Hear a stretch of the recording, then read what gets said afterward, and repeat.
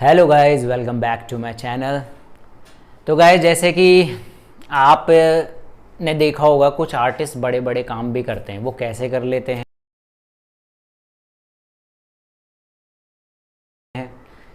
क्या उनका एक रेशो होता है काम करने का, क्या उनका मेजरमेंट होता है। तो इस चीज़ के बारे में आज मैं आपको बताऊंगा कि आप किस तरीके से बड़े काम कर सकते हैं।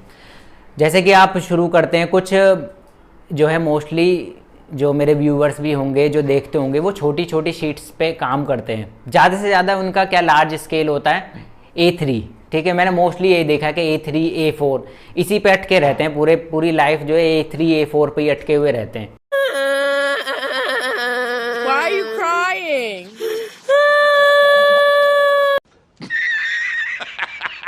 आप क्या करिए, आप कभी भी शुरुआत कर रहे हैं, जैसे अगर आपकी बिगिनिंग स्टेज है तो आप शुरू में तो छोटा ही यूज़ करिए। बट आपका हाथ हो गया, आपको सारे मीडियम समझ में आ गए हो, तो आप कोशिश करिए धीरे धीरे शीट के साइज़ को बड़ा करिए। समझ गए। जैसे कि A1 जो शीट होते हैं, फुल कार्ट्रिज शीट है, उसको यूज़ करिए आप अपनी ड्राइंग करने के लिए। समझ गए। इस तरीके से आप स्टार्ट करिए, फिर धीरे धीरे बड़े कैनवसेस लाइए। ठीक है, स्टार्टिंग जैसे 2x2 का कैनवस हो गया, 4x4 का कैनवस हो गया। कैनवसेस मिलते हैं 30x40 इंचेस का कैनवस हो गया। कुछ कस्टम साइज भी मिलते हैं जो कैनवस के होते हैं, जो कि आपको ऑर्डर के थ्रू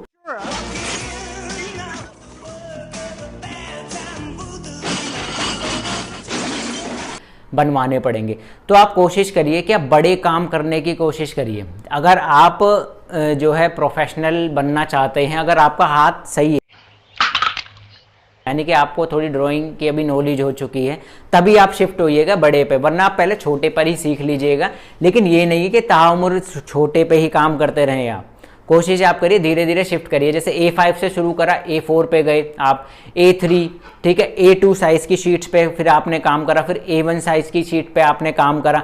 फिर आप जो है पेपर रोल भी मिलते हैं, अगर आप पेपर वर्क करना चाहते हैं, जैसे कुछ ड्राइंग ही आप करना चाहते हैं। अदरवाइज आप शिफ्ट हो जाइए कैनवस के ऊपर। तो कैनवस को तो आप कस्टमाइज़ करा सकते हैं अपने अकॉर्डिंग, जो भी आपकी पेंटिंग है। 6x8 इंच की पेंटिंग, 6x8 फिट की पेंटिंग भी आप बना सकते हैं। तो इस तरीके के बड़े बड़े वॉल पेंटिंग वगैरह पर, इस पे क्या होगा, फिर आपकी जो हेजिटेशन है ना काम करने की, वो खत्म हो जाएगी। जब आप बड़े काम कर लेंगे ना, लार्ज स्केल पे जिस टाइम आप काम कर लेंगे, जब आपके सामने अगर कोई छोटी शीट आ गई ना, आपको ऐसे लगेगा चुटकियों में बना दोगे आप उसको, बहुत छोटा एकदम। एक तो फोर्स आ गया, आपका डर निकल जाएगा काम करने का बड़ी शीट से। ठीक है, तो आप कोशिश करिए बड़े बड़े काम करने की। समझ गए। तो आप एक ही शीट पे मत अटके रहिए कि A4 साइज़ की फाइल बना रही और उसी पे लगे हुए हैं। समझ गए। A2 साइज़ का काम कर लिया।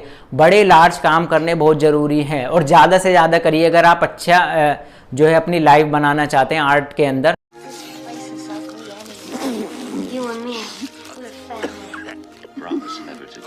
क्योंकि बड़े बड़े जितने भी वॉल्स वगैरह होते हैं, जितने आप देखते होंगे मेट्रो वगैरह में ये काम होता रहता है, तो वहाँ पर इतना अगर आपने काम करा है ना A4 साइज़ का, तो वो तो आपके लिए बिल्कुल ऐसा लगेगा पता नहीं कहाँ पहुँच गए हो। वहाँ पर आप पे पेंसिल भी नहीं चलने की, ड्राइंग तक नहीं कर पाओगे। तो इसलिए मैं बोलता हूँ आप जो है प्रैक्टिस करिए। नहीं तो आप क्या करिए, न्यूज़पेपर्स आते हैं, इन सबको पेस्ट करके कहीं वॉल पे लगा के उस पर ड्राइंग करनी शुरू कर दीजिए। आप न्यूज़ प्रिंट शीट्स आती हैं, वो सब आप ले लीजिएगा, उसको पेस्ट करके उस पर ड्राइंग करिए, जिससे कि आपको जो है एक आदत पड़ेगी काम करने की, कि बड़े में आपको फ्लो करोगे, आपका ज़्यादा से ज़्यादा मूवमेंट होगा उसके अंदर, आपको समझ आएगा बैलेंस कैसे करना होता है और चीज़ों को किस तरीके से देखते हैं हम। क्योंकि बड़े काम जो है आप ऐसे नीचे टेबल टॉप करके नहीं काम कर सकते, उनको आपको फ्रंट पे इस तरीके से रख के ही काम करना पड़ेगा। समझ गए गाइस। तो आप कोशिश करिए बड़े की तरफ जाइए, बड़े बड़े काम करने की कोशिश करिए। आप A1 शीट जो होती है उस पर आप काम करने की कोशिश करिए। वो टाइम तो उसके ऊपर लगेगा आपका, चाहे डिटेलिंग वर्क लग रहे हो, लेकिन एक मास्टर पीस भी निकल के आएगा। समझ गए। तो और बाकी अगर आप कैनवस करना चाहते हैं तो कैनवस को तो आप कितना भी कस्टमाइज़ करा सकते हो। वॉल पेंटिंग वगैरह अगर आप कहीं करते हो, अपने घर से ही शुरू कर दीजिए।